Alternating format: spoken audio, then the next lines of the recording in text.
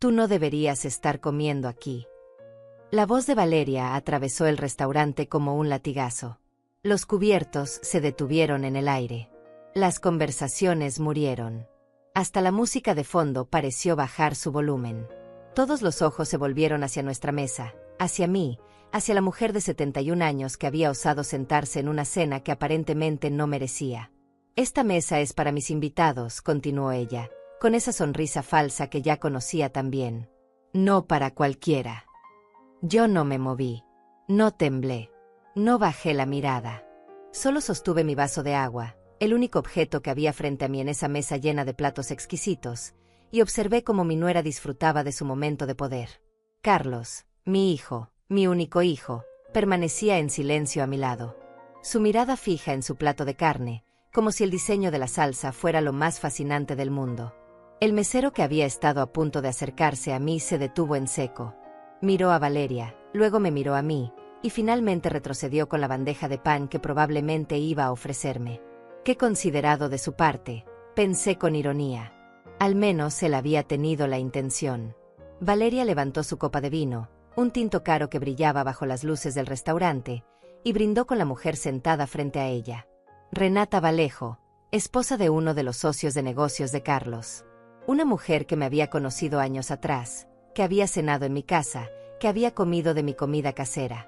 Ahora me miraba con una mezcla de lástima y alivio, agradecida de no ser ella la humillada de la noche. Por las nuevas oportunidades, dijo Valeria alzando su copa más alto, y por saber reconocer quién merece estar en nuestras vidas. Todos brindaron. Menos yo, por supuesto. No tenía nada con que brindar excepto mi agua tibia. Escuché el tintineo de las copas, el murmullo aprobatorio de los invitados, y sentí como el peso del silencio de Carlos se hacía más pesado a mi lado. Mi hijo, el hombre que yo había criado sola después de que su padre muriera, no dijo una sola palabra en mi defensa. Pero ellos no lo sabían. No podían saberlo. Mientras Valeria saboreaba su momento de triunfo, mientras Carlos evitaba mi mirada como un cobarde, mientras los invitados fingían no sentirse incómodos por la anciana relegada al extremo de la mesa, yo pensaba en algo completamente diferente. Pensaba en la carpeta marrón que estaba escondida debajo de mi colchón. En las grabaciones de audio guardadas en un teléfono que ellos no sabían que yo tenía. En las conversaciones que había escuchado sin que ellos lo supieran. En los documentos que había fotografiado mientras ellos creían que yo dormía mi siesta de anciana inútil. Pensaba en César Olivares, el abogado que había sido vecino nuestro hacía 20 años, cuando Carlos apenas era un adolescente. El mismo César al que yo había dado de comer durante meses cuando él era un estudiante sin dinero. El mismo que ahora era uno de los abogados más respetados de la ciudad. El mismo que me había dicho por teléfono, apenas 3 días atrás: señora Inés, no se preocupe.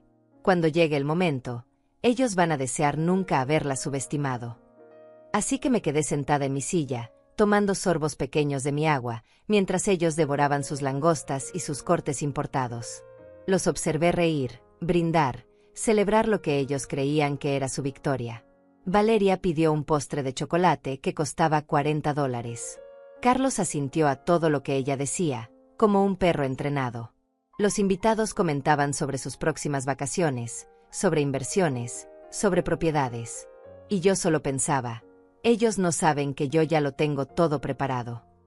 Nadie notó cuando alcé mi mano para pedir la cuenta.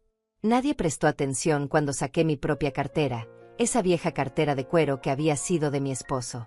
Nadie se dio cuenta cuando dejé sobre la mesa suficiente dinero para cubrir mi vaso de agua y una propina generosa para el mesero que había intentado ser amable. Me puse de pie despacio, con la dignidad que 71 años de vida me habían enseñado. Mi silla hizo un pequeño ruido contra el piso. Carlos levantó la vista por primera vez en toda la noche, sorprendido. Valeria dejó de hablar a media frase. Los invitados me miraron con curiosidad. Disculpen, dije con voz clara, firme, sin temblores ni lágrimas. Tengo que retirarme. Mañana tengo una reunión importante muy temprano. Valeria rió.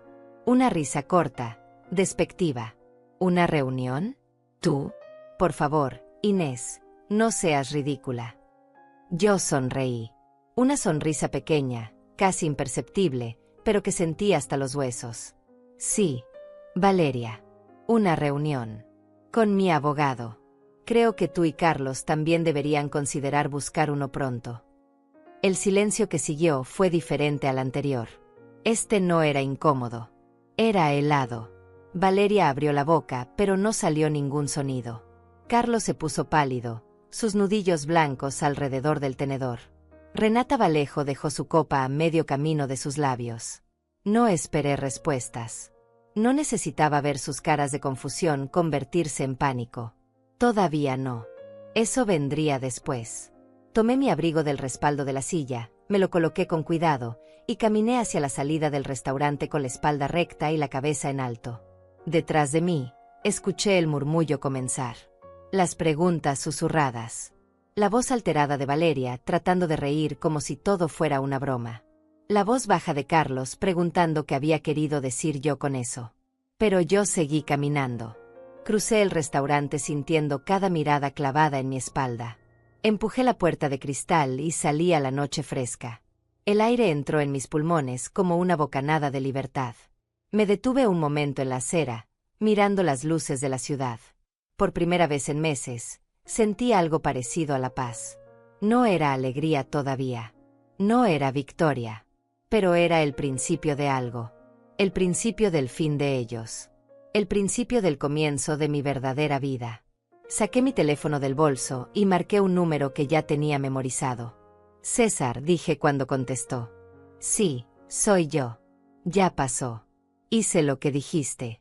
Planté la semilla. Ahora déjalos que se ahoguen en su propia paranoia. Escuché su risa suave del otro lado de la línea. Perfecto, señora Inés. Mañana nos vemos a las 9. Vamos a revisar cada documento. Cuando terminemos, esa casa va a estar tan protegida que ni siquiera van a poder tocar el timbre sin una orden judicial. Colgué y guardé el teléfono. Levanté la mano para detener un taxi que pasaba. Mientras me subía, eché un último vistazo al restaurante a través de la ventana iluminada. Pude ver a Valeria gesticulando con violencia. A Carlos con la cabeza entre las manos. A los invitados incómodos, queriendo escapar de una situación que de pronto se había vuelto tóxica. Sonreí de nuevo. Esta vez más ampliamente. Apenas empieza, murmuré para mí misma mientras el taxi arrancaba. Esto apenas empieza. El taxi me dejó frente a mi casa 20 minutos después. Esa casa que había sido mi hogar durante 43 años. La misma donde había criado a Carlos, donde había llorado la muerte de mi esposo, donde había celebrado cumpleaños y navidades que ahora parecían pertenecer a otra vida. Una vida donde yo todavía creía que el amor de un hijo era incondicional. Abrí la puerta y el silencio me recibió como siempre. Un silencio que ya no me asustaba, que ya no me hacía sentir sola. Me había acostumbrado a él. Encendí la luz de la sala y todo estaba exactamente como lo había dejado. La manta doblada sobre el sofá. Las fotografías en la repisa. Carlos de niño, sonriendo sin dientes. Carlos en su graduación, abrazándome con orgullo. Carlos el día de su boda, con Valeria del brazo, y yo al lado, todavía creyendo que mi nuera me aceptaría como parte de su nueva familia. Qué ingenua había sido. Me senté en mi silla favorita, esa mecedora que había comprado en una venta de garaje hace años, y cerré los ojos. Las imágenes comenzaron a llegar, como siempre lo hacían cuando estaba sola. Los recuerdos que me habían traído hasta esta noche, hasta ese restaurante, hasta esa humillación pública que ellos creían que era su triunfo. Todo había comenzado a cambiar hace 3 años. No de golpe. No con un evento dramático. Fue gradual, como el óxido que va carcomiendo el metal sin que te des cuenta hasta que todo se desmorona. Al principio fueron las visitas. Carlos venía a verme cada domingo. Llegaba con pan dulce, se sentaba en esta misma sala, y me contaba sobre su trabajo, sobre sus planes. Valeria venía con él a veces, siempre con prisa, siempre mirando su teléfono, pero al menos venía. Yo cocinaba para ellos. Preparaba el mole que a Carlos le encantaba desde niño. Horneaba el pastel de 3 leches que mi esposo decía que era el mejor del mundo. Luego los domingos se convirtieron en cada 15 días. Las excusas eran razonables. Mucho trabajo. Compromisos sociales. Cansancio. Yo entendía. O al menos fingía entender. Les mandaba comida en contenedores de plástico que nunca me devolvían. Llamaba para saber cómo estaban. Carlos contestaba con monosílabos. Sí, mamá. No, mamá. Después te llamo, mamá. Después fueron una vez al mes. Luego cada 2 meses.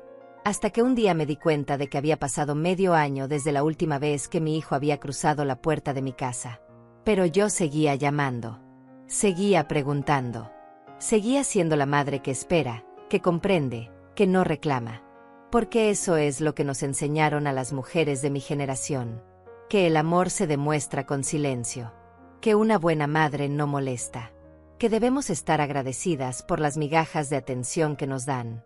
La primera vez que Valeria mostró su verdadero rostro fue en mi cumpleaños número 69. Yo había organizado una pequeña cena en mi casa. Nada elaborado. Solo quería ver a mi hijo, compartir un momento juntos. Preparé su comida favorita, compré un vino que me había costado $50, más de lo que normalmente gastaba, pero era mi cumpleaños y quería que todo fuera especial. Carlos llegó tarde. 1 hora tarde. Y cuando entró, Valeria venía detrás de él con una expresión que dejaba claro que preferiría estar en cualquier otro lugar. No trajeron regalo. Ni siquiera una tarjeta. Carlos murmuró un feliz cumpleaños, mamá mientras revisaba su teléfono, y Valeria se sentó en el borde de la silla como si temiera contagiarse de pobreza. Comieron rápido. Valeria apenas probó la comida. Dijo algo sobre estar cuidando su figura, sobre que la comida casera era muy pesada. Carlos no la contradijo. Yo serví el pastel que había horneado esa mañana, y Valeria lo rechazó. Demasiadas calorías, dijo con una sonrisa que no era una sonrisa. Además, tenemos una cena importante en 1 hora. No podemos quedarnos. Se fueron antes de que yo pudiera apagar las velas. Me quedé sola en mi cocina, mirando el pastel intacto, las sillas vacías, la comida que había preparado con tanto cariño y que apenas habían tocado. Lloré esa noche. Lloré como no había llorado desde que mi esposo murió. Pero todavía no entendía lo que realmente estaba pasando. Todavía creía que era mi culpa. Que tal vez yo era demasiado demandante. Que tal vez mi casa no era lo suficientemente elegante para la nueva vida que Carlos y Valeria estaban construyendo. Entonces vino la Navidad de ese mismo año. Yo había ahorrado durante meses para comprarles regalos. Una camisa cara para Carlos, de esas que él usaba ahora para sus reuniones de negocios. Un perfume francés para Valeria, que había visto en su tocador la última vez que visité su apartamento. Gasté casi $400 en total. Dinero que mi pensión apenas podía cubrir, pero para mí valía la pena. Eran mi familia. Mi única familia. Llegué a su apartamento la tarde del 24 de diciembre. Había tomado 2 autobuses para llegar hasta ese vecindario donde todo costaba el doble. Toqué el timbre con las bolsas de regalo en las manos, emocionada de pasar la Nochebuena con ellos. Valeria abrió la puerta. Llevaba un vestido negro elegante, maquillaje perfecto, tacones altos. Me miró de arriba abajo, y vi cómo su expresión pasaba de la sorpresa al disgusto en menos de un segundo. Inés, dijo sin abrir completamente la puerta. No sabíamos que venías. Les llamé la semana pasada, respondí confundida. Carlos me dijo que podía venir a cenar. Ella suspiró. Un suspiro largo, exagerado, como si yo fuera un problema que había aparecido en el peor momento. Tenemos invitados. Gente importante. Socios de Carlos. No podemos tener. No es una cena familiar. Me quedé helada en el pasillo. Detrás de Valeria podía escuchar risas, música suave, el tintineo de copas. Una fiesta. Estaban teniendo una fiesta de Navidad y yo no estaba invitada. Pero es Nochebuena, murmuré, sintiendo como mi voz se quebraba. Lo sé, dijo Valeria con impaciencia. Por eso tenemos invitados. Mira, deja los regalos aquí. Carlos te llamará mañana o pasado. Y cerró la puerta. Así, sin más. Me quedé parada en ese pasillo elegante, con mis bolsas de regalo en las manos, escuchando cómo la fiesta continuaba del otro lado. Escuché la voz de Carlos. Estaba riendo, contando alguna historia. No salió a buscarme. No abrió la puerta para explicar. Simplemente me dejó ahí. Dejé los regalos frente a la puerta y me fui. Pasé la Nochebuena sola en mi casa, comiendo pan dulce y viendo películas viejas en la televisión. El teléfono nunca sonó. Carlos no llamó al día siguiente. Ni al otro. Ni al otro. Fue en ese momento, sentada sola en mi sala el día de Año Nuevo, cuando algo dentro de mí comenzó a romperse. O tal vez no a romperse. Tal vez a despertar. Empecé a hacerme preguntas que antes no me atrevía a hacer. ¿Por qué mi hijo me trataba así? ¿Qué había hecho yo para merecer este desprecio? ¿O era que simplemente nunca le había importado y yo había sido demasiado ciega para verlo? Los meses siguientes fueron más de lo mismo. Llamadas sin respuesta.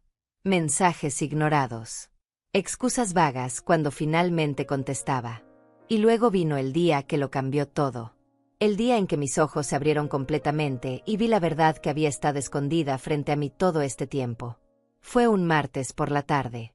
Yo había ido al banco a cobrar mi pensión. $1,200 al mes. No era mucho, pero con lo que había ahorrado durante años y la casa pagada, podía vivir con dignidad.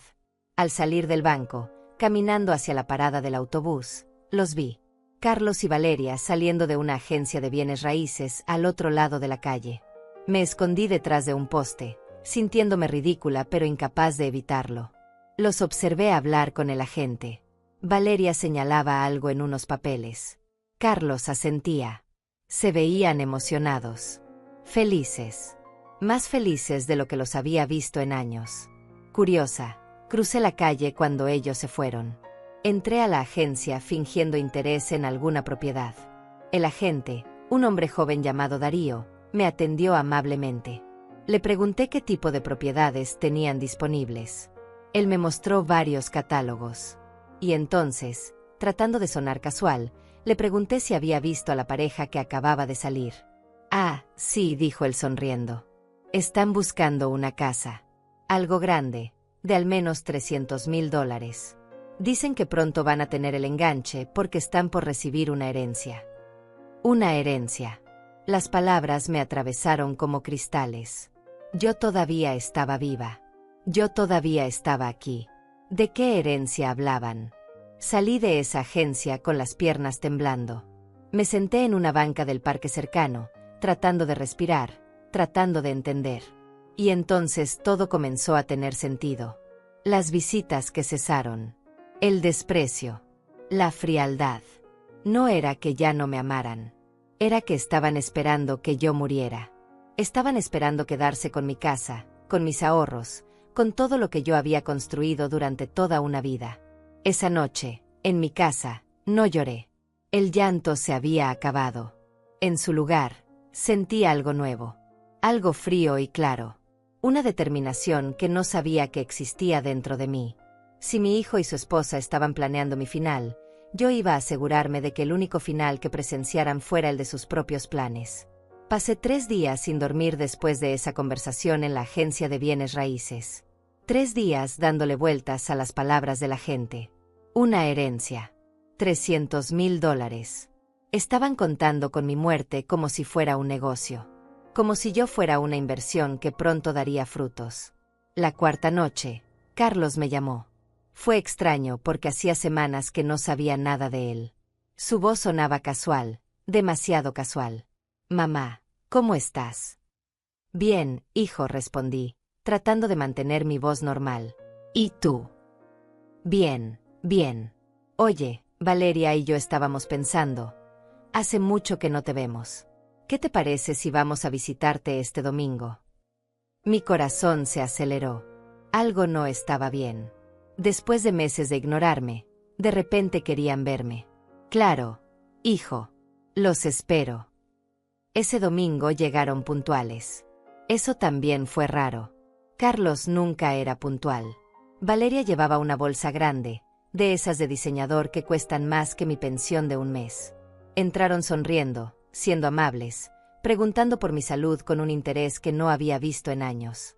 Preparé café y les serví el pan que había comprado esa mañana. Nos sentamos en la sala, y durante 20 minutos todo fue normal. Demasiado normal. Hablaron del clima, de sus trabajos, de unos vecinos que yo no conocía. Y entonces Carlos se aclaró la garganta. Mamá, tenemos que hablar de algo importante. Sentí como mi estómago se apretaba. Dime. Es sobre la casa, dijo mirando alrededor. Esta casa es muy grande para ti sola. Y estás envejeciendo. ¿Qué pasa si te caes? ¿Qué pasa si tienes una emergencia y no hay nadie cerca para ayudarte? Valeria asintió con expresión preocupada, tan falsa que casi me da risa. Hemos estado investigando, Inés. Hay lugares maravillosos para personas de tu edad. Residencias donde tendrías compañía, cuidados médicos, actividades. ¿Asilos? Pregunté directamente. Carlos se movió incómodo. No les dicen así, mamá. Son comunidades para adultos mayores. Lugares muy dignos. Con tu pensión podrías pagar uno básico, continuó Valeria. Y si vendes la casa, podrías estar en uno mucho mejor. Uno con jardines, con enfermeras las 24 horas. Ahí estaba. El plan. Querían que yo vendiera mi casa. La casa que mi esposo y yo compramos después de años de ahorrar. La casa donde crié a mi hijo. La casa que era lo único que me quedaba. No quiero vender mi casa, dije con voz tranquila. Mamá, sé razonable. Carlos se inclinó hacia adelante. ¿Qué vas a hacer aquí sola? Esta casa necesita mantenimiento. El techo tiene goteras. Las tuberías son viejas. ¿De dónde vas a sacar dinero para reparaciones? Me las arreglaré. No seas terca, la voz de Valeria perdió un poco de su dulzura falsa. Piensa en lo que es mejor para ti. En una residencia estarías segura, cuidada. Aquí estás aislada, abandonada. La palabra abandonada salió de su boca con tanta facilidad. Como si ella no fuera parte de la razón por la que yo estaba sola. Como si ella no hubiera construido un muro entre mi hijo y yo. Necesito pensarlo, dije finalmente. Carlos suspiró frustrado. No hay mucho que pensar, mamá. Es sentido común. Se fueron media hora después, dejando folletos sobre residencias en mi mesa. Folletos que terminaron en la basura en cuanto cerré la puerta. Pero algo más quedó. Una certeza fría y dura. No solo estaban esperando mi muerte. Estaban tratando de acelerar mi salida de esta casa. De esta vida que yo había construido. Esa noche no pude dormir. Me quedé despierta en mi cama, mirando el techo, y entonces escuché algo. Un ruido que venía de afuera. Me levanté despacio, con el corazón golpeando mi pecho, y me acerqué a la ventana. Nada. La calle estaba vacía. Pero mientras regresaba a mi cama, noté algo extraño. Mi bolso estaba abierto. Yo siempre lo dejaba cerrado sobre la mesita de la entrada. Siempre. Fui hacia él con las manos temblando. Mi billetera seguía ahí. Mi identificación también. Pero algo faltaba. Las llaves de repuesto de mi casa. Las que guardaba en un compartimento interno del bolso. Habían desaparecido. Me senté en el sofá, procesando lo que esto significaba. Carlos y Valeria habían estado aquí. Ellos sabían dónde guardaba mi bolso. Uno de los dos había tomado esas llaves mientras yo estaba en la cocina preparando el café.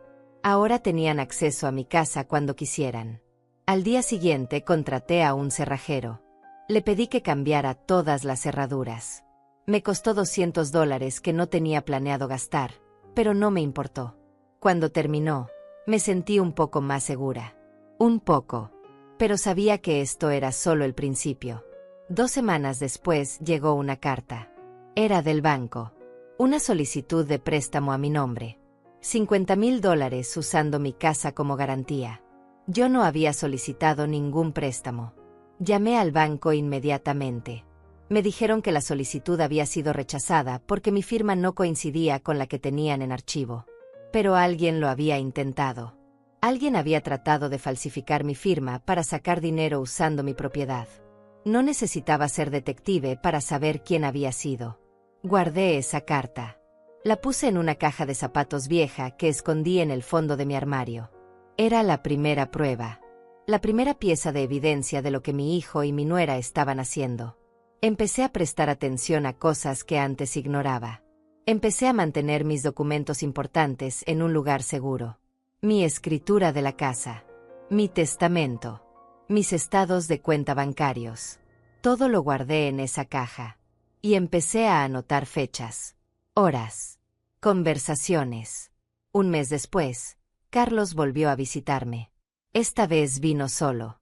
Traía comida china, de esas que cuestan $20 y que él sabía que me gustaban. Se sentó conmigo, actuó como el hijo que recordaba de años atrás. Me preguntó cómo estaba. Me contó sobre su trabajo. Casi me convenció de que había sido mi imaginación, de que tal vez yo estaba siendo paranoica. Entonces, como quien no quiere la cosa, sacó unos papeles de su maletín. Mamá, necesito que me firmes algo. ¿Qué es? Es un poder notarial. Solo para que yo pueda ayudarte con tus cosas si algún día lo necesitas. Si tienes que ir al hospital, o si necesitas que alguien maneje tus finanzas por un tiempo. Tomé los papeles. Los leí despacio, aunque mis ojos ya no eran lo que eran. Poder notarial amplio. Eso significaba que él podría hacer lo que quisiera con mi dinero, con mi casa, conmigo. Podría vender mi propiedad. Podría internarme en cualquier lugar. Podría vaciar mi cuenta bancaria. No voy a firmar esto, Carlos. Su expresión cambió. La máscara se cayó por un segundo, y vi algo en sus ojos que nunca había visto antes. Rabia. Frustración. Mamá, es por tu bien. ¿Qué pasa si te enfermas? ¿Qué pasa si quedas incapacitada? Si eso pasa, ya veremos. Pero ahora no voy a firmar nada. Se puso de pie bruscamente. Los papeles cayeron al suelo. Eres imposible. ¿Sabes eso? Imposible. Terca.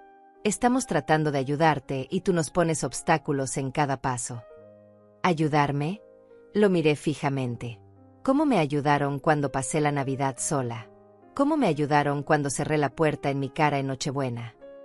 Eso fue diferente. Teníamos compromisos. Siempre tienen compromisos. Excepto cuando quieren algo de mí.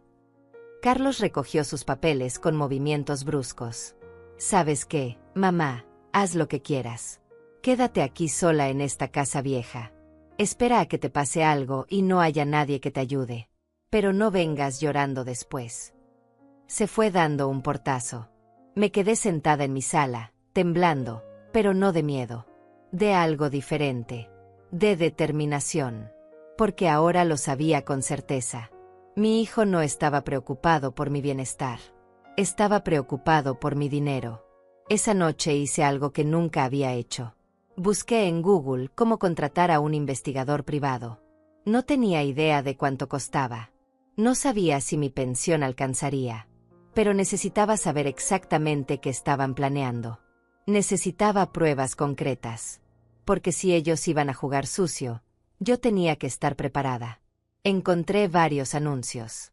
Elegí uno que parecía profesional, pero no demasiado caro. Una mujer llamada Elisa Lozano. Su página decía que se especializaba en casos de fraude familiar y abuso de ancianos. Perfecto. La llamé al día siguiente.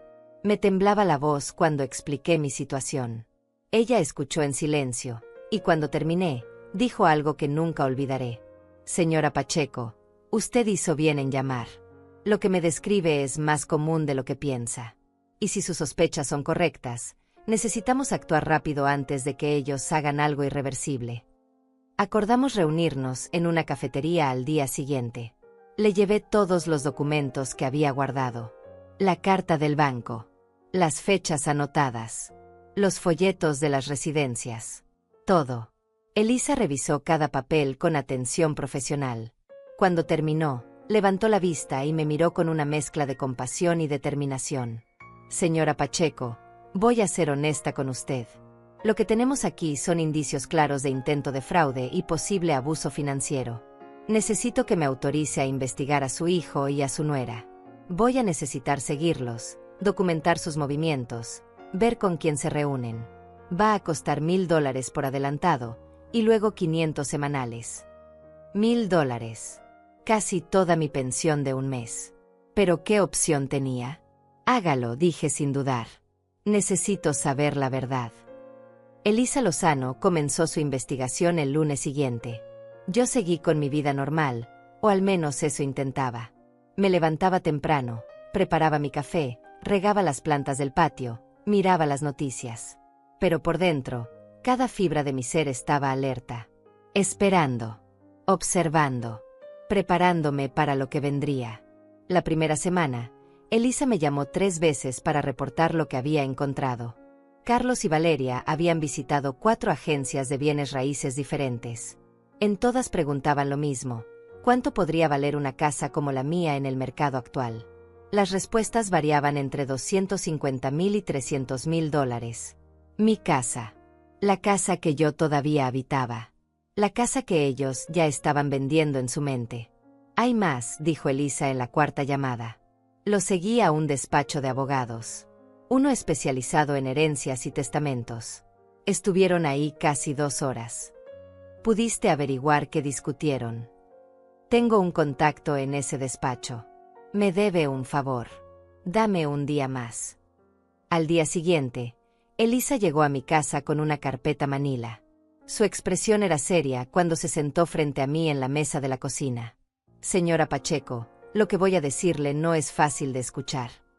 Dime. Necesito saberlo. Abrió la carpeta y sacó varios papeles. Estuvieron consultando sobre cómo obtener la tutela legal de una persona mayor.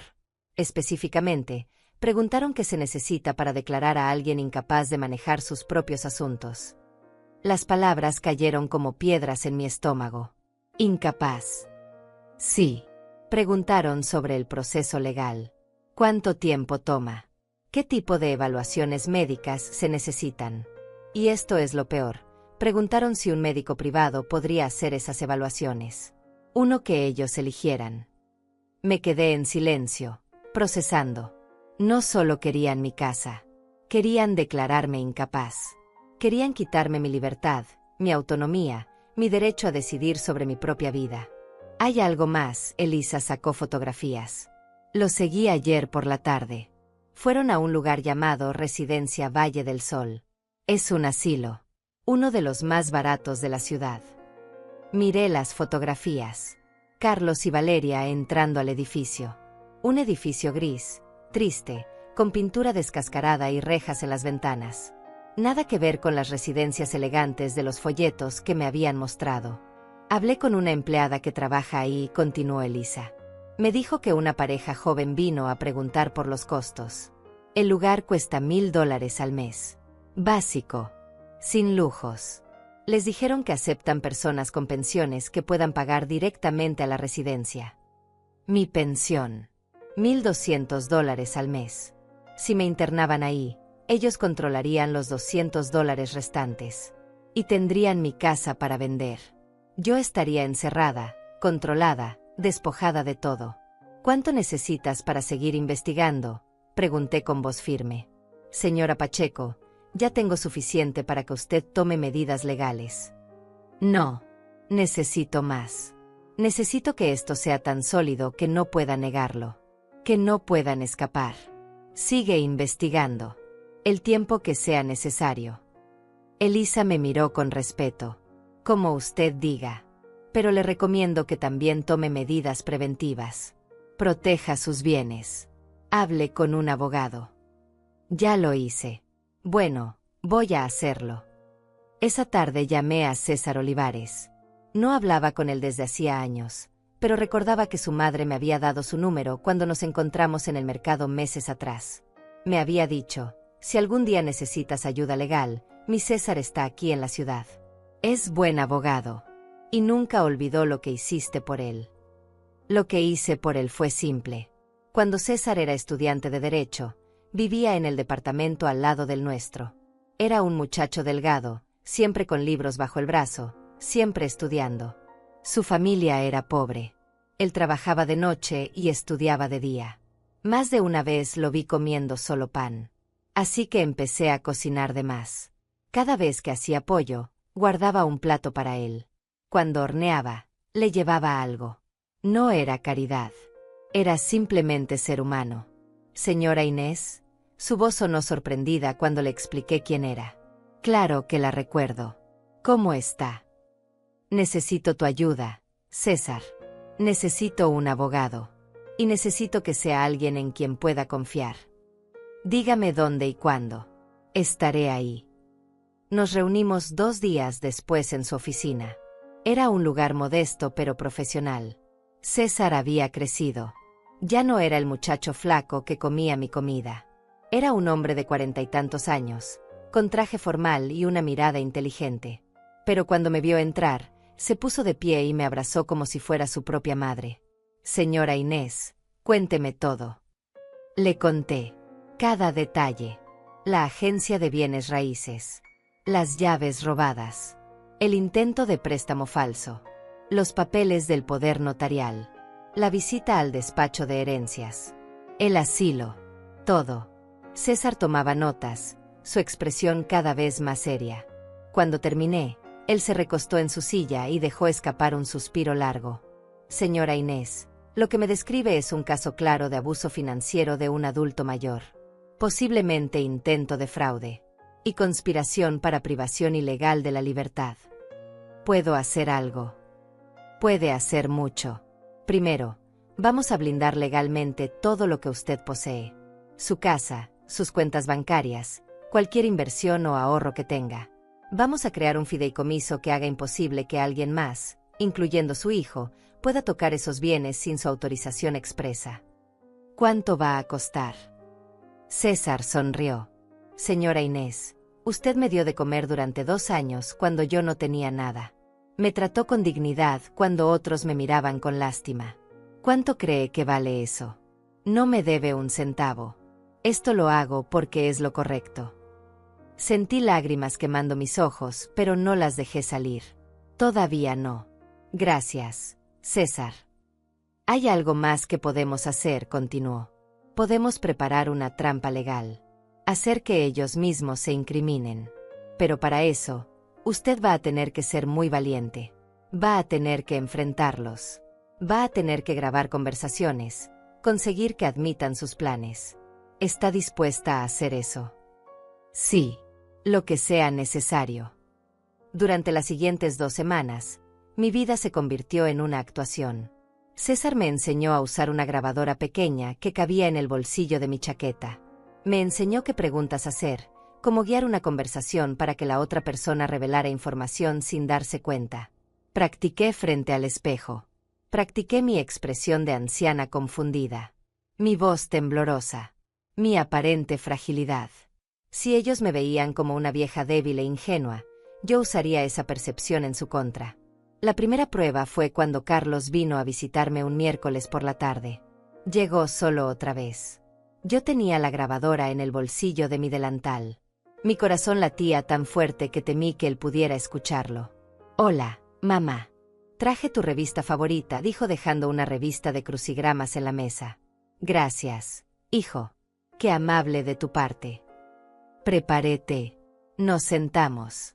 Hablamos de tonterías durante 10 minutos. Entonces, como si fuera algo que acabara de recordar, dije, Carlos, he estado pensando en lo que dijiste sobre la casa. Vi cómo sus ojos se iluminaban. Sí. Es que tienes razón. Es muy grande para mí sola. Y las reparaciones, no sé si pueda seguir pagándolas. Exactamente, mamá. Me alegra que estés siendo razonable. Pero tengo miedo, dije con voz suave, vulnerable. Si vendo la casa, ¿dónde voy a vivir? Ya te lo dijimos. En una residencia. Un lugar donde estés cuidada. Como esa que me mostraste en las fotos. Valle del Sol.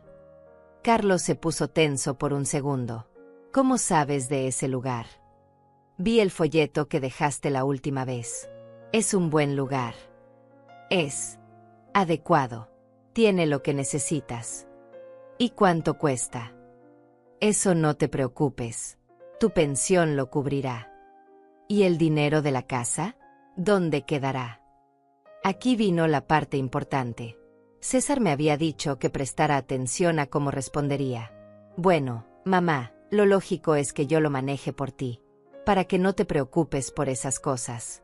Para que puedas estar tranquila en la residencia sin estrés de pagos o papeles. ¿Y si necesito algo? ¿Y si quiero salir de ahí? Carlos se aclaró la garganta. Las residencias tienen reglas. Mamá, no puedes salir cuando quieras. Es por seguridad. pero puedes recibir visitas. ¿Me visitarías? Hubo una pausa larga. Demasiado larga. Claro, mamá. Cuando podamos. Cuando podamos. No cuando quiera. Cuando podamos. La verdad estaba ahí, flotando entre nosotros como humo venenoso. Déjame pensarlo un poco más, dije finalmente. La frustración en su rostro fue obvia. Mamá, no hay mucho que pensar. Entre más esperes, más complicado será todo. Lo sé, hijo. Solo dame unos días más. Cuando se fue, apagué la grabadora y la escuché completa. Cada palabra estaba ahí. Su plan. Su intención. Su frialdad. César tenía razón. Ellos mismos se estaban cavando su propia tumba. Esa noche no dormí. No por miedo. Por algo diferente. Por primera vez en meses, tal vez en años, sentí algo parecido al poder. Yo no era la víctima. No más. Yo era la cazadora. Y mi presa no tenía idea de lo que se le venía encima. Llamé a Elisa. Necesito que intensifiques la vigilancia. Quiero saber cada movimiento que hagan. Cada reunión. Cada llamada si es posible. Eso va a costar más. No me importa. Usa todo mi ahorro si es necesario. Esto tiene que ser perfecto. Porque yo estaba construyendo algo. No solo una defensa. Una trampa. Una red tan apretada que cuando finalmente cayeran en ella, no habría forma de escapar. Y el momento perfecto para cerrar esa red estaba llegando. Lo sentía en mis huesos. En la forma en que Carlos presionaba cada vez más. En la desesperación que empezaba a filtrarse en las acciones de Valeria. Ellos creían que yo era la presa débil. Pronto descubrirían que la anciana a la que habían subestimado tenía dientes. Y estaba lista para morder. Elisa me llamó un viernes por la mañana. Su voz sonaba diferente. Urgente. Señora Pacheco, necesito que venga a mi oficina. Ahora. Tengo algo que debe ver. Tomé un taxi. No quería perder tiempo esperando el autobús.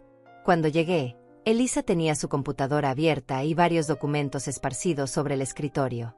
Siéntese, dijo señalando la silla frente a ella. Esto es grave. Me mostró fotografías. Carlos y Valeria entrando a un edificio que reconocí inmediatamente. El hospital municipal. Luego más fotos. Saliendo con un hombre de bata blanca. Un doctor. Este es el doctor Isaías Cedillo, explicó Elisa. Un psiquiatra. Tiene un consultorio privado, pero también trabaja en el hospital. Y tiene una reputación interesante. ¿Qué tipo de reputación? Del tipo que cobra extra por diagnósticos convenientes. Entiendo lo que digo. Sentí un escalofrío recorrer mi espalda. Me quieren declarar loca. No solo eso. Mire esto. Elisa sacó más papeles. Conseguí copias de correos electrónicos entre Valeria y este doctor. Fueron descuidados. Usaron el wifi del hospital y mi contacto en sistemas pudo acceder. Aquí dice textualmente, necesitamos evaluación psiquiátrica que demuestre demencia senil avanzada. Incapacidad para tomar decisiones. Necesario para proceso de tutela. ¿Cuánto costaría su colaboración? Las palabras bailaban frente a mis ojos. Demencia senil. Incapacidad. Tutela. Todo estaba ahí. Negro sobre blanco. El plan completo. Y él aceptó. Todavía está negociando el precio. Pero sí, básicamente aceptó. Quiere $5,000 por adelantado y la evaluación programada para dentro de 2 semanas. 2 semanas. El tiempo se estaba acabando. Si ese doctor me evaluaba y firmaba un papel diciendo que yo estaba demente, Carlos podría usar eso para quitarme todo. Mi casa. Mi libertad. Mi vida. Tenemos que actuar, dije con voz firme. Ya. No podemos esperar más. Estoy de acuerdo. ¿Tiene idea de cómo quiere hacerlo? Sí. Voy a darles exactamente lo que quieren. Voy a hacer que crean que ganaron. Y entonces voy a destruirlos frente a todos. Esa tarde fui a ver a César. Le mostré todo lo que Elisa había descubierto. Él revisó cada documento con atención de abogado. Cuando terminó, Silbó bajo. Señora Inés, esto es suficiente para procesar a su hijo por fraude, conspiración e intento de privación ilegal de la libertad. A ese doctor le pueden quitar la licencia. Y a Valeria la pueden acusar como cómplice. No quiero solo procesos legales, César. Quiero justicia real. Quiero que pierdan todo como ellos querían que yo perdiera todo. César sonrió. Una sonrisa que me recordó al muchacho inteligente que había sido. Entonces vamos a hacer esto bien. Vamos a planear cada detalle. Y necesito que me prometa algo. ¿Qué? Que no va a dudar. Que cuando llegue el momento, va a ser tan dura como necesite serlo. Porque su hijo va a llorar. Va a suplicar. Va a decir que lo siente. Y usted tiene que mantenerse firme. Lo miré a los ojos. Mi hijo dejó de existir el día que decidió verme como un obstáculo en lugar de como su madre. El hombre que voy a enfrentar es un extraño que resulta tener mi sangre. No voy a dudar. Bien. Entonces aquí está lo que vamos a hacer. César sacó un calendario. Marcó una fecha. 3 semanas en el futuro. Este día va a ser el cumpleaños número 72 de usted. Vamos a organizar una cena. Una celebración. Va a invitar a Carlos, a Valeria y a cualquier otro familiar que considere necesario. Les va a decir que tiene un anuncio importante que hacer. ¿Qué tipo de anuncio? Les va a decir que finalmente tomó una decisión sobre la casa, que va a firmar todos los papeles necesarios, que está lista para mudarse a la residencia. Eso los va a hacer venir. Los va a hacer sentir seguros, confiados. Y entonces les vamos a dar el espectáculo de sus vidas. Pero antes de eso, necesitamos preparar algunas cosas. Primero, vamos a transferir legalmente su casa a un fideicomiso irrevocable. Eso significa que aunque usted quisiera, no podría venderla o regalarla sin la aprobación de los administradores del fideicomiso. Y esos administradores vamos a ser yo y otra abogada de mi despacho. Y mis cuentas bancarias. Lo mismo. Todo protegido. Segundo, vamos a hacer copias certificadas de todas las pruebas. Los correos. Las grabaciones. Las fotografías. Todo. Y vamos a presentar una denuncia preventiva en la fiscalía. No para que actúen todavía, sino para que quede registro de que usted reportó esto antes de que ellos pudieran hacer su movimiento. ¿Y el doctor? El que querían que me evaluara. César sonrió más ampliamente. Ya hablé con el colegio de médicos. Tienen un departamento de ética.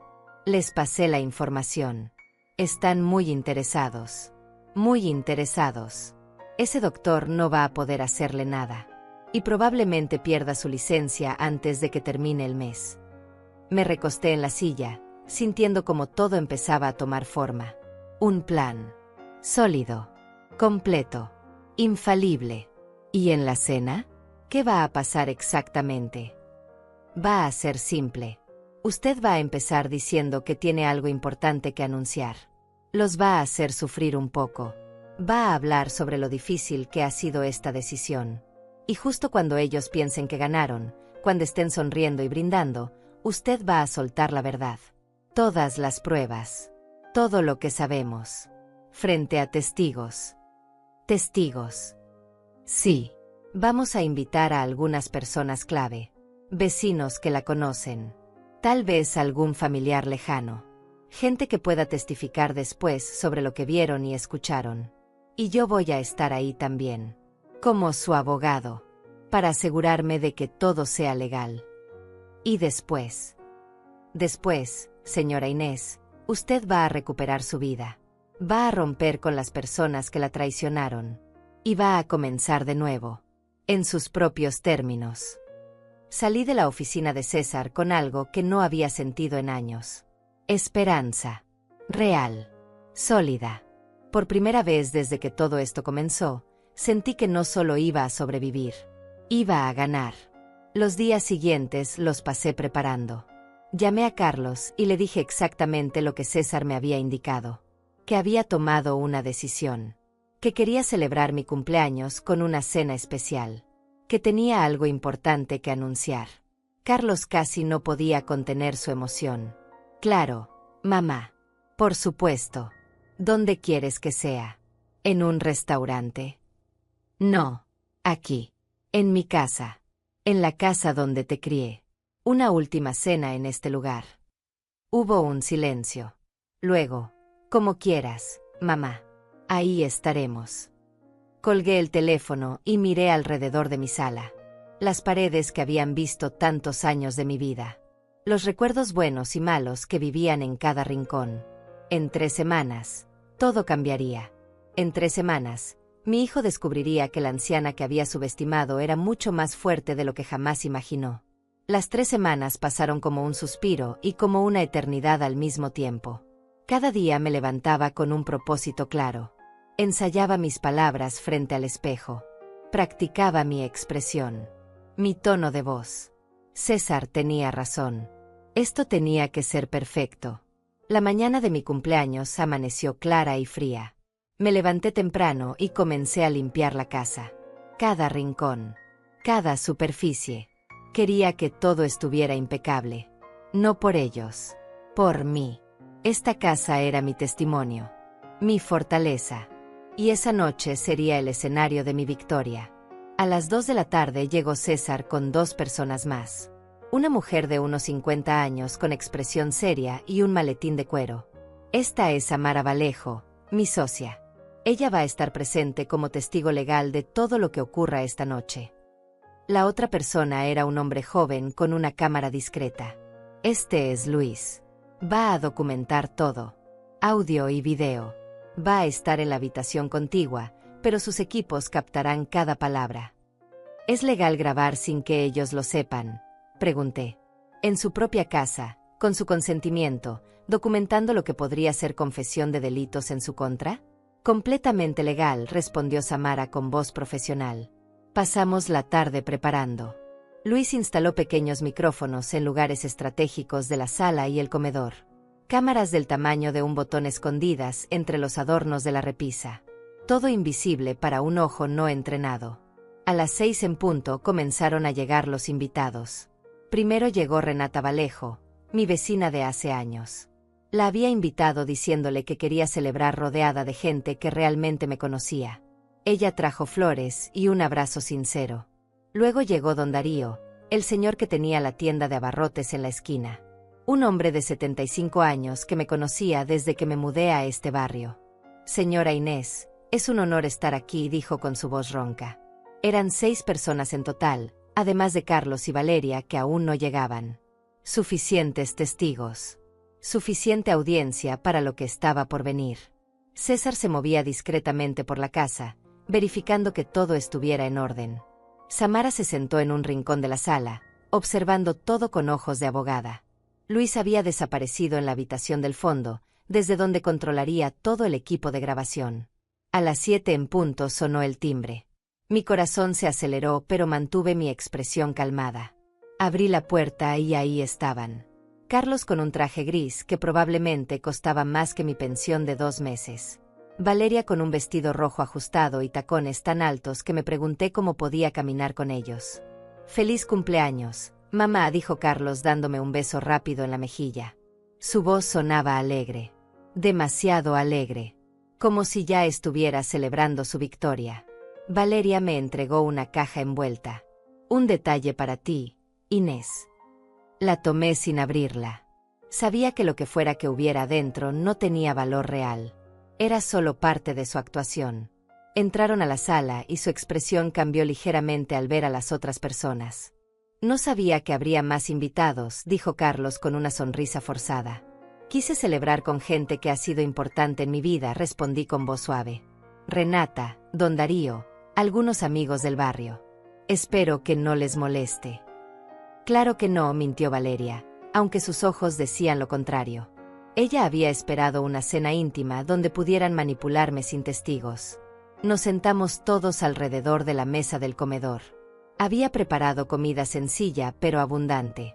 Pollo asado, arroz, ensalada, pan casero. Nada lujoso, pero hecho con mis propias manos. Tal vez la última comida que haría para mi hijo. Durante la cena, La conversación fue superficial. El clima. Las noticias. Renata contó historias del barrio. Don Darío habló sobre cómo había cambiado la ciudad en los últimos años. Carlos y Valeria sonreían y asentían, pero yo podía ver la impaciencia en sus ojos. Querían llegar al momento del anuncio. Querían escuchar las palabras que los harían ricos. Después del plato principal, me puse de pie. El silencio cayó sobre la mesa. Todos los ojos se volvieron hacia mí. Quiero agradecerles a todos por estar aquí esta noche, comencé con voz clara. Cumplir 72 años es un privilegio que no todos tienen. He vivido una vida larga. He visto cosas buenas y cosas malas. He amado. He perdido. He aprendido. Carlos se inclinó hacia adelante en su silla. Valeria tenía las manos entrelazadas sobre la mesa, sus nudillos blancos de la tensión. Como algunos de ustedes saben, he estado pensando mucho sobre mi futuro, sobre esta casa, sobre lo que viene para mí en los años que me quedan. Vi cómo Valeria le daba un codazo discreto a Carlos. Él asintió casi imperceptiblemente. Y después de mucha reflexión, he tomado una decisión importante. El silencio era tan denso que podía escuchar mi propio corazón latiendo. Carlos y Valeria estaban al borde de sus asientos.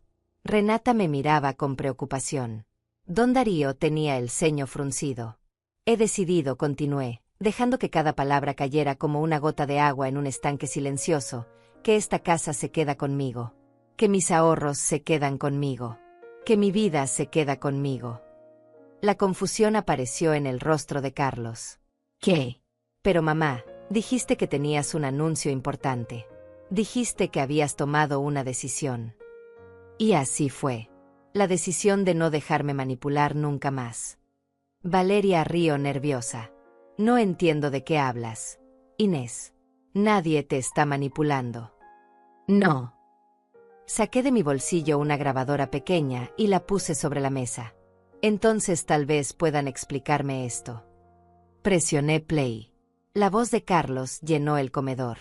Lo lógico es que yo lo maneje por ti, para que no te preocupes por esas cosas, para que puedas estar tranquila en la residencia sin estrés de pagos o papeles. Luego mi voz. ¿Y si necesito algo? ¿Y si quiero salir de ahí? Y otra vez Carlos. Las residencias tienen reglas. Mamá, no puedes salir cuando quieras.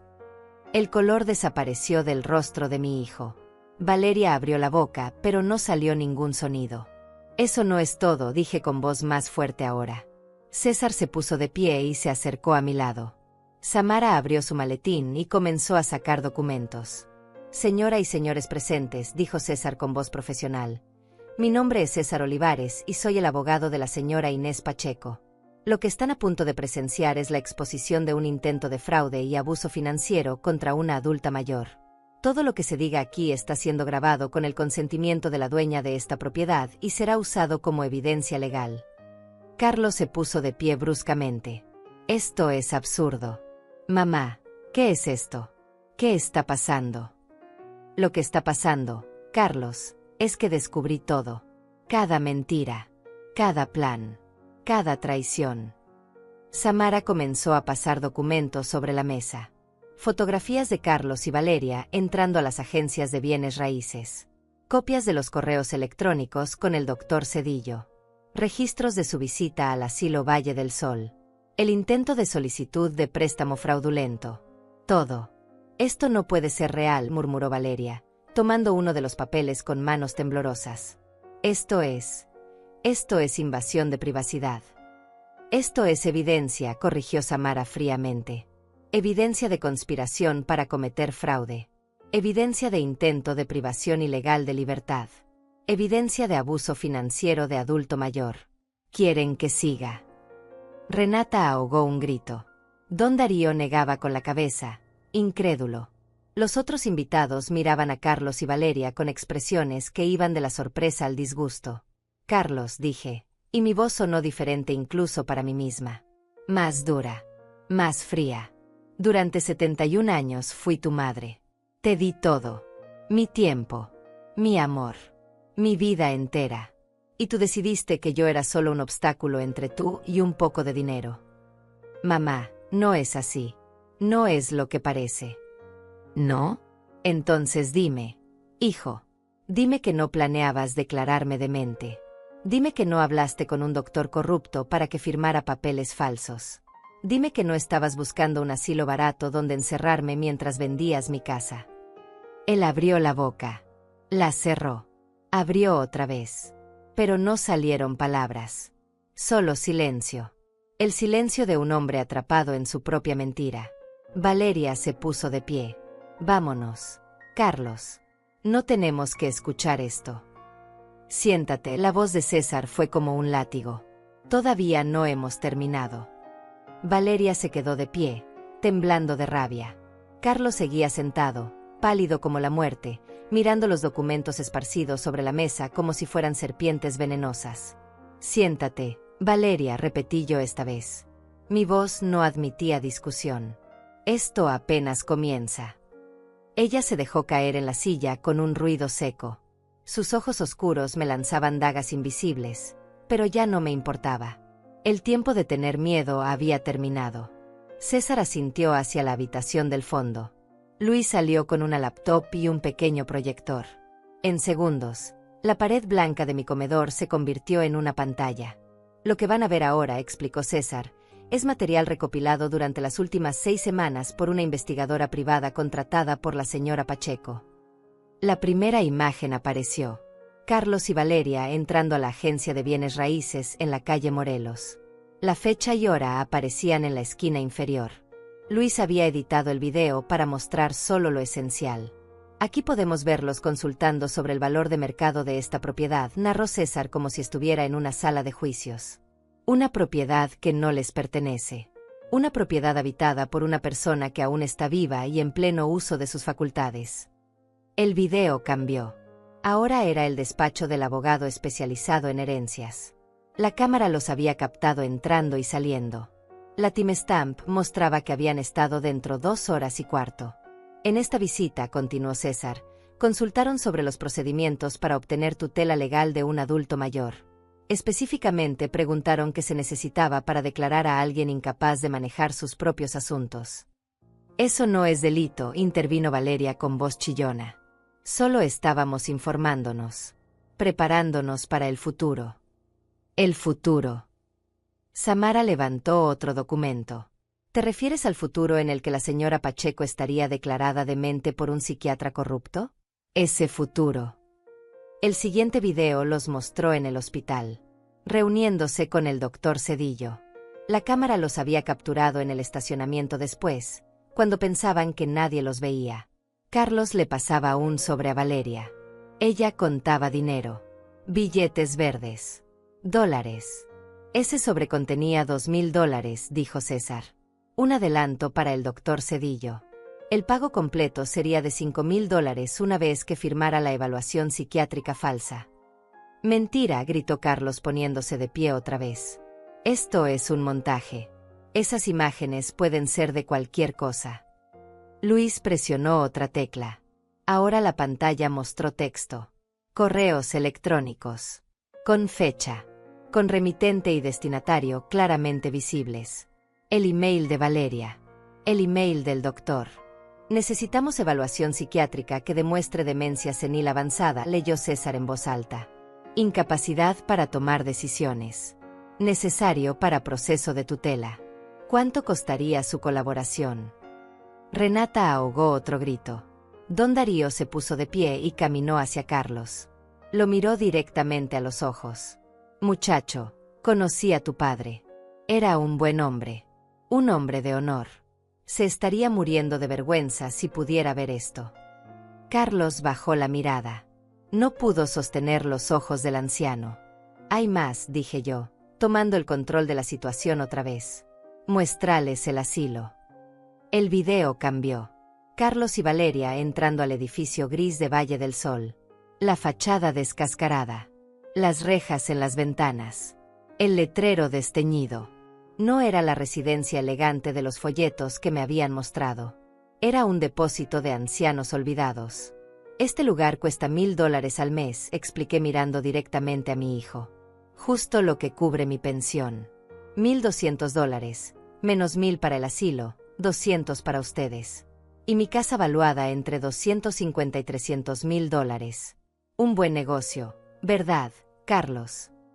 Mamá, yo nunca. Su voz se quebró. ¿Nunca qué? ¿Nunca planeaste encerrarme en ese lugar?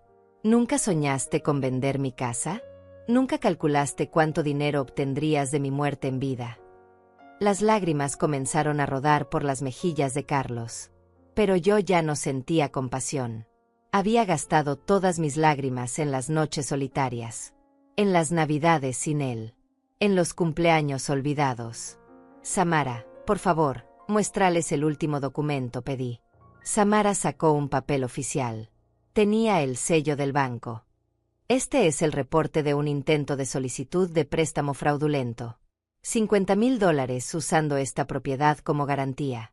La firma no coincidió con la del archivo, por eso fue rechazado. Pero alguien lo intentó. ¿Alguno de ustedes quiere explicar quién fue?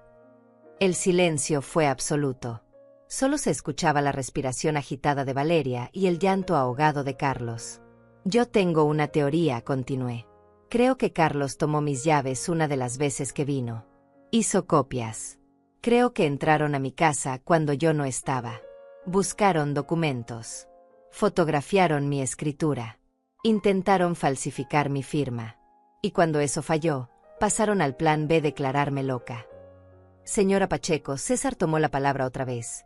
Desea presentar cargos formales contra estas personas por los delitos de intento de fraude, conspiración, falsificación de documentos y planeación de privación ilegal de libertad. Todos los ojos estaban sobre mí. Carlos me miraba con una mezcla de terror y súplica. Valeria había perdido toda su arrogancia. Parecía un animal acorralado. Todavía no, respondí. Primero quiero que entiendan algo. Me acerqué a Carlos. Quedé frente a él. Tan cerca que podía ver las lágrimas en sus pestañas. Las mismas pestañas que yo había limpiado cuando era niño y lloraba por una rodilla raspada. Durante 71 años, yo fui tu madre. Te cargué en mi vientre. Te di de comer. Te cuidé cuando estabas enfermo. Trabajé doble turno para pagarte la escuela cuando tu padre murió. Me quedé sin comer más de una vez para que tú tuvieras comida en tu plato. ¿Recuerdas eso, Carlos? Él asintió sin poder hablar. Y todo ese tiempo, yo creí que estaba criando a un hombre bueno. A un hombre honesto. A alguien que cuidaría de mí cuando yo lo necesitara, como yo cuidé de él. Pero me equivoqué. Lo que crié fue un extraño. Un extraño con mi apellido y sin mi corazón. Mamá, por favor. No me llames mamá. Perdiste ese derecho el día que decidiste que yo valía menos que un poco de dinero.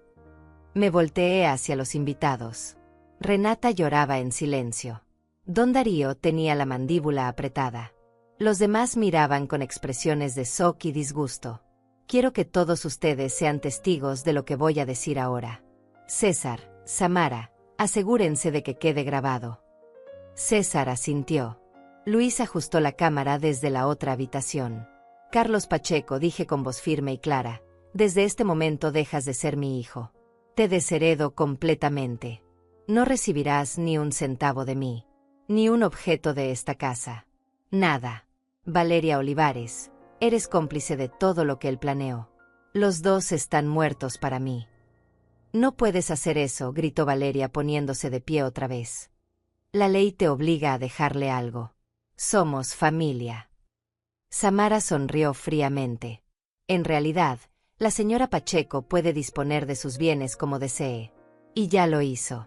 Todo está en un fideicomiso irrevocable. Firmado. Certificado. Legal. Ustedes no tienen ningún derecho sobre nada. Además, agregó César, dado el material que tenemos, podrían enfrentar cargos criminales. Eso depende de lo que la señora Pacheco decida. Pero les sugiero que consigan un buen abogado. Uno mejor que el que consultaron para robarle a una anciana. Carlos cayó de rodillas frente a mí. Literalmente de rodillas. Con las manos juntas como si rezara. Mamá, por favor. Fue un error. Todo fue un error. Yo te quiero. Eres mi madre. No puedes hacer esto. Lo miré desde arriba. Ese hombre de 40 y tantos años llorando a mis pies. Y no sentí nada. Ni amor. Ni odio. Ni siquiera lástima. Solo un vacío donde antes había estado mi corazón de madre. Levántate, ordené. Ya no tienes que actuar. Ambos sabemos la verdad. Él se levantó tambaleante. Valeria lo tomó del brazo, más para sostenerse ella que para sostenerlo a él. Tienen 5 minutos para salir de mi casa, dije mirando el reloj en la pared. Si no lo hacen, César llamará a la policía y entregaremos todas las pruebas esta misma noche. ¿Entendieron? Esto no se va a quedar así, amenazó Valeria encontrando algo de su voz otra vez. Vamos a pelear. Vamos a demandarte. Vamos a... ¿Van a qué? La interrumpí. ¿Van a contratar abogados con qué dinero? ¿Van a comprar su casa de $300,000 con qué enganche? ¿Van a hacer qué exactamente? No tuvieron respuesta. Porque finalmente entendieron. Habían perdido. Completamente. Totalmente. Sin posibilidad de recuperación. Carlos caminó hacia la puerta como un zombi. Valeria lo siguió. Antes de salir, mi hijo se volteó una última vez. Mamá. Vete, dije sin emoción. Y no vuelvas nunca. La puerta se cerró detrás de ellos. El silencio que siguió fue profundo. Sagrado casi. Después de que la puerta se cerró, me quedé de pie en el centro de mi sala mirando ese pedazo de madera como si pudiera ver a través de él. Como si pudiera ver a Carlos y Valeria bajando las escaleras, subiendo a su autocaro, alejándose de la vida que habían planeado robar. Renata fue la primera en moverse. Se acercó y me abrazó sin decir palabra. Sentí sus lágrimas mojando mi hombro. Don Darío se acercó también y puso su mano áspera sobre mi brazo. Hiciste lo correcto, Inés, dijo con voz grave. Lo correcto no siempre es lo fácil. Los otros invitados se despidieron uno por uno. Cada uno con palabras de apoyo. Cada uno prometiendo que si alguna vez necesitaba algo, solo tenía que llamar. Cuando el último salió, quedamos solo César, Samara, Luis y yo. ¿Cómo te sientes?, preguntó César. Vacía, respondí honestamente. Pero también, libre. Por primera vez en años, me siento libre. Samara comenzó a recoger los documentos. Luis desmanteló el equipo de grabación. César se sentó conmigo en el sofá. Todavía no hemos terminado, dijo suavemente. Esto fue solo la confrontación. Ahora viene la parte legal. Tenemos que decidir si presentamos cargos criminales o si simplemente aseguramos que nunca puedan acercarse a ti otra vez. ¿Qué recomiendas? Honestamente, con toda esta evidencia, podrían ir a prisión. Especialmente con el tema del doctor Cedillo. Fraude, conspiración, falsificación de documentos. Estamos hablando de años de cárcel potenciales. Me quedé en silencio pensando. ¿Quería ver a mi hijo en prisión? ¿Quería ser la responsable de destruir completamente su vida? Pero, continuó César, también podemos hacer algo diferente. Podemos presentar una orden de restricción. Prohibirles legalmente acercarse a ti o a tu propiedad. Podemos asegurarnos de que el doctor Cedillo pierda su licencia y enfrente sus propias consecuencias. Y podemos mantener toda esta evidencia como garantía. Si alguna vez intentan algo otra vez, entonces sí, vamos con todo. Eso, dije finalmente. Eso es lo que quiero. No quiero verlo en prisión. Ya no es mi hijo, pero tampoco quiero ser su verdugo. Solo quiero que me dejen en paz. Entonces eso haremos, Samara cerró su maletín. Mañana a primera hora presentamos la orden de restricción. También voy a enviar toda la información sobre el doctor Cedillo al colegio médico y a la fiscalía. Ese hombre va a perder todo. ¿Y mi casa? ¿Mi dinero? Todo está protegido. Completamente, aseguró César. El fideicomiso es irrevocable. Nadie puede tocarlo. Tu pensión entra directamente a una cuenta nueva que solo tú controlas. Tu testamento está actualizado dejando todo a instituciones de caridad. Carlos y Valeria no tienen ningún camino legal para obtener nada. Después de que todos se fueron, me quedé sola en mi casa. El silencio era diferente ahora. No era el silencio pesado de la soledad y el abandono. Era el silencio de la paz. del final de una batalla. Caminé por cada habitación apagando luces. En la cocina, recogí los platos de la cena. La comida que había preparado para lo que pensé que sería mi última cena con mi hijo. Guardé las sobras en el refrigerador. Mañana las llevaría a don Darío. Él sabría apreciarlas. Esa noche dormí profundamente por primera vez en meses. Sin pesadillas. Sin despertarme cada hora preguntándome qué estarían planeando. Sin ese peso constante en el pecho. Los días siguientes fueron un torbellino de actividad legal. César y Samara presentaron todos los documentos necesarios. La orden de restricción fue aprobada en 48 horas. Carlos y Valeria tenían prohibido acercarse a menos de 100 metros de mí o de mi propiedad. Si lo hacían, irían directamente a prisión. El doctor Cedillo fue citado por el colegio médico.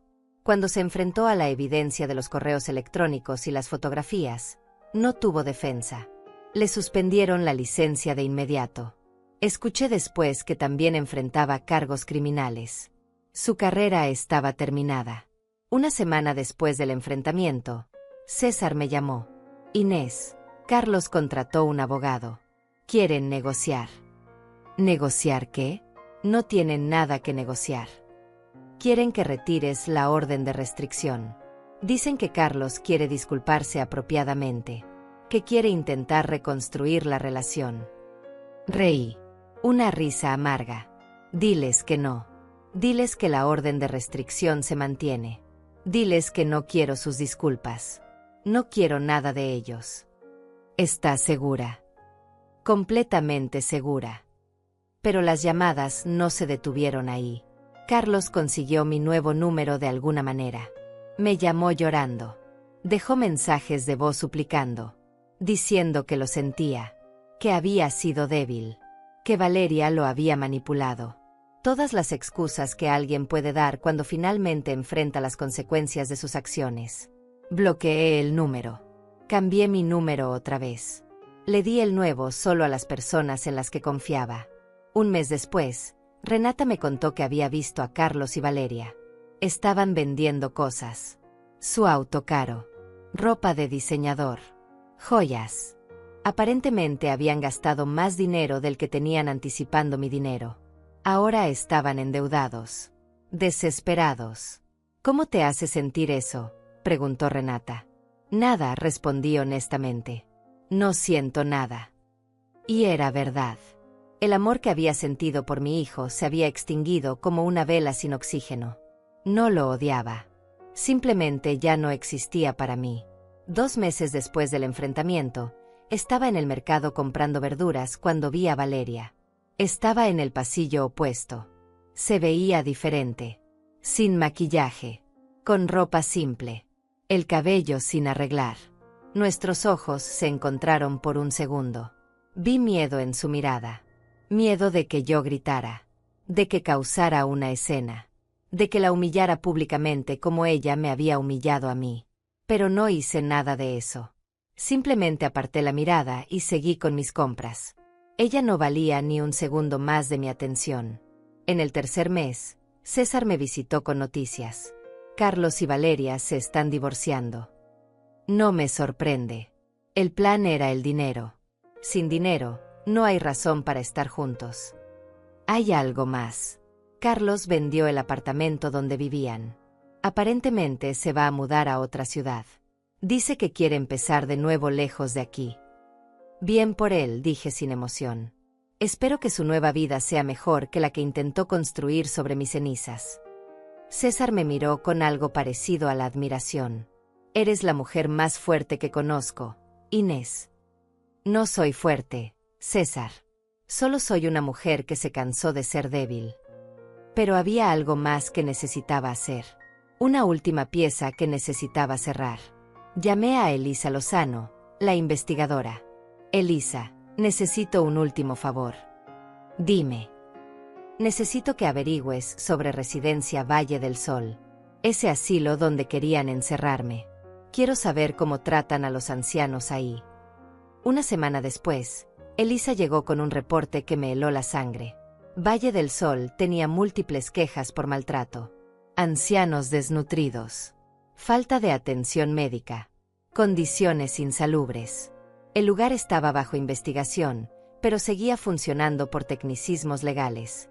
¿Cuántos ancianos hay ahí?, pregunté. 22 actualmente. ¿Y cuánto costaría moverlos a un lugar mejor? Elisa me miró confundida. ¿Qué? Tengo ahorros. $60,000 que guardé durante toda mi vida. Pensaba dejárselos a Carlos. Pero ahora ese dinero no tiene destino. ¿Cuánto costaría pagar por el traslado de esos ancianos a una residencia digna? Al menos por 6 meses mientras encuentran algo mejor. Elisa hizo cálculos. Probablemente unos $50,000. Tal vez un poco más. Hazlo. Usa mi dinero. Sácalos de ahí. Que al menos algo bueno salga de todo esto. Y así fue como 22 ancianos que iban a ser mis compañeros de encierro terminaron siendo rescatados. Como el dinero que Carlos codiciaba terminó salvando vidas en lugar de destruir la mía.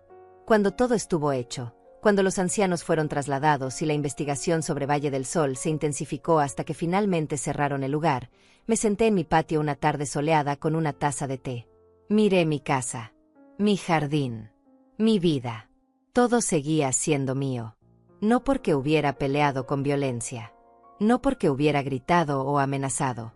Sino porque había usado la única arma que realmente importa, la verdad. La verdad fría, dura, documentada, innegable. La verdad que no necesita gritos porque habla por sí misma. Han pasado 6 meses desde aquella noche. 6 meses desde que cerré la puerta detrás de Carlos y Valeria por última vez. 6 meses desde que recuperé mi vida. Esta mañana me desperté temprano, como siempre. Pero ahora es diferente. No me despierto con ese peso en el pecho. No me pregunto qué estarán planeando. No espero llamadas que nunca llegan o visitas que solo traen dolor. Me despierto en paz. Preparé mi café y salí al patio. Las flores que planté el mes pasado están comenzando a florecer. Rosas amarillas. Siempre me gustaron las rosas amarillas, pero Carlos decía que eran ordinarias. Que las rosas debían ser rojas o blancas. Ahora tengo todo un jardín de rosas amarillas y nadie me dice que son ordinarias. El timbre sonó mientras regaba las plantas. Era Renata con una canasta de pan dulce recién horneado. Pensé que podríamos desayunar juntas, dijo sonriendo. Me encantaría. Nos sentamos en la cocina, la misma donde había servido tantas comidas a un hijo que nunca las apreció. Pero ahora esa cocina tiene nuevos recuerdos. Desayunos con Renata. Almuerzos con don Darío. Cenas con las señoras del grupo de tejido al que me uní el mes pasado. ¿Supiste?, preguntó Renata untando mantequilla en su pan. Carlos se fue de la ciudad. Alguien lo vio subiendo a un autobús con 2 maletas. Eso era todo lo que le quedaba. Lo sé, respondí. César me lo contó. ¿Y cómo te sientes? Me tomé mi tiempo para responder. Bebí un sorbo de café. Miré por la ventana hacia mi jardín. Me siento como si hubiera cerrado un libro muy largo y muy triste. Y ahora estoy lista para comenzar uno nuevo. Renata sonrió y tomó mi mano sobre la mesa. Eres una inspiración, Inés. De verdad. Después de que ella se fue, recibí una llamada de César. Inés, tengo noticias. ¿Recuerdas los 22 ancianos que ayudaste a trasladar? Por supuesto. Uno de ellos, un señor de 82 años llamado don Luis Cedillo, resulta que es bastante rico. Tiene una pensión generosa y propiedades. Pero no tenía familia que lo cuidara, por eso terminó en Valle del Sol. Quiere conocerte. Quiere agradecerte personalmente. No es necesario, César. Lo hice porque era lo correcto. Lo sé, pero él insiste. Y hay algo más. Él y otros 5 ancianos del grupo están juntando dinero para crear una fundación. Una fundación que ayude a ancianos en situaciones de abuso o abandono. Quieren que tú seas parte de la directiva. Me quedé en silencio procesando eso. Una fundación. Ayudar a otros que están pasando por lo que yo pasé. Inés, ¿sigues ahí? Sí, estoy aquí. Dile a don Luis que me encantaría conocerlo. Y que sí, que cuenten conmigo para la fundación. Cuando colgué, Me quedé sentada en mi sala mirando alrededor. Esta casa que Carlos quería venderme por debajo. Esta casa que para ellos era solo una transacción de $300,000. Esta casa era mi vida. Mi historia. Y ahora también sería el comienzo de algo más grande. Esa tarde fui al banco. No a cobrar mi pensión, sino a abrir una cuenta nueva. Una cuenta para la fundación. Deposité los $10,000 que me quedaban de mis ahorros después de ayudar con los traslados. Era un comienzo pequeño, pero los comienzos siempre son pequeños. Cuando salí del banco, el sol estaba comenzando a ponerse. Caminé por el parque cerca de mi casa. Vi familias paseando, niños jugando, parejas de ancianos tomados de la mano. Y por primera vez en años, no sentí envidia. No sentí dolor por lo que perdí. Solo gratitud por lo que encontré. Encontré mi fuerza. Encontré mi voz. Encontré mi valor. Llegué a casa cuando ya estaba oscureciendo. Encendí las luces y me preparé una cena sencilla. Sopa de verduras. Pan tostado. Un vaso de agua. Comí despacio, saboreando cada bocado. Nadie me miraba con desprecio. Nadie me hacía sentir que no merecía estar ahí. Después de cenar, saqué mi teléfono y miré las fotos viejas. Había una de Carlos cuando tenía 5 años. Sonriendo sin un diente delantero. Cubierto de lodo después de jugar en el parque. Yo estaba detrás de él en la foto, riéndome también. Esa mujer en la foto. Esa madre feliz. Ella hizo lo mejor que pudo. Amó con todo lo que tenía. No fue su culpa que su amor no fuera suficiente para crear un buen hombre. Algunos árboles crecen torcidos sin importar cuánto sol reciban. Borré la foto. Borré todas las fotos de Carlos. No con rabia. Con aceptación. Ese capítulo de mi vida estaba cerrado. Las páginas en blanco que venían eran mías para llenar como yo quisiera. Me acosté temprano esa noche. Pero antes, escribí algo en mi diario. Algo que necesitaba dejar registrado. Mi nombre es Inés Pacheco. Tengo 72 años. Durante la mayor parte de mi vida, me definí por mis relaciones. Esposa de, madre de, viuda de. Pero esas definiciones me las dieron otros. Ahora me defino yo misma. Soy Inés. Sobreviviente. Luchadora. Mujer libre. Mi historia no terminó cuando mi esposo murió. No terminó cuando mi hijo me traicionó. Mi historia apenas comienza. Cerré el diario y apagué la luz. En la oscuridad de mi habitación, pensé en todo lo que había pasado. En cómo había comenzado como una víctima silenciosa y había terminado como una guerrera tranquila. No necesité gritar para ser escuchada. No necesité violencia para ganar mi batalla. Solo necesité coraje. El coraje de ver la verdad. El coraje de actuar. El coraje de dejar ir lo que ya no me servía, incluso si ese algo llevaba mi apellido. Mañana tengo una reunión con don Luis y los otros ancianos. Vamos a empezar a planear la fundación. Vamos a crear algo que ayude a otros a no sufrir lo que nosotros sufrimos. Vamos a convertir nuestro dolor en propósito. Y después de la reunión, voy a ir al salón de belleza. Voy a cortarme el cabello. Un corte moderno. Algo diferente. Porque estoy cansada de verme en el espejo y ver a la misma mujer de siempre. Quiero ver a la nueva Inés. La Inés que nació de las cenizas de la traición. En algún lugar de esta ciudad, o tal vez en otra ciudad, Carlos está empezando su nueva vida. Espero que haya aprendido algo. Espero que algún día mire hacia atrás y entienda lo que perdió. No el dinero. No la casa. Sino a una madre que lo hubiera amado incondicionalmente hasta su último aliento si él hubiera sido digno de ese amor. Pero eso ya no es mi problema. Él eligió su camino. Yo elegí el mío. Y mi camino es de luz. De paz. De propósito. Me quedé dormida con una sonrisa en los labios. Soñé con mi jardín lleno de rosas amarillas. Soñé con una casa llena de risas nuevas. Soñé con una vida que finalmente era mía. Porque al final, eso es lo que esto siempre fue. No una historia de venganza, sino una historia de liberación. De una mujer que estuvo perdida y se encontró a sí misma. De una madre que dejó de serlo para poder ser simplemente Inés. Mi nombre ya no está atado al de ellos. Mi historia ya no está definida por su traición. Mi vida ya no está en sus manos. Mi nombre es Inés Pacheco. Tengo 72 años. Y mi historia apenas comienza. Esta vez, la escribo yo. Con mis propias palabras. En mis propios términos. Y nadie, absolutamente nadie, puede quitarme eso. Amanecí sabiendo que cada día que viene es un regalo que me di a mí misma. No esperé que me salvaran. Me salvé sola. No esperé justicia del cielo. La construí con mis propias manos. Y si hay algo que quiero que otras mujeres sepan, otras madres, otras ancianas que están pasando por lo que yo pasé, es esto: nunca es tarde para defenderte. Nunca es tarde para decir basta. Nunca es tarde para recuperar tu vida. El amor de madre es poderoso. Pero el amor propio es más poderoso todavía. Y yo finalmente aprendí a amarme más de lo que amaba la idea de ser madre. Esa lección me costó 71 años aprenderla. Pero ahora que la sé, nada ni nadie me la puede quitar. Mi nombre ya no es el suyo. Mi historia apenas empieza.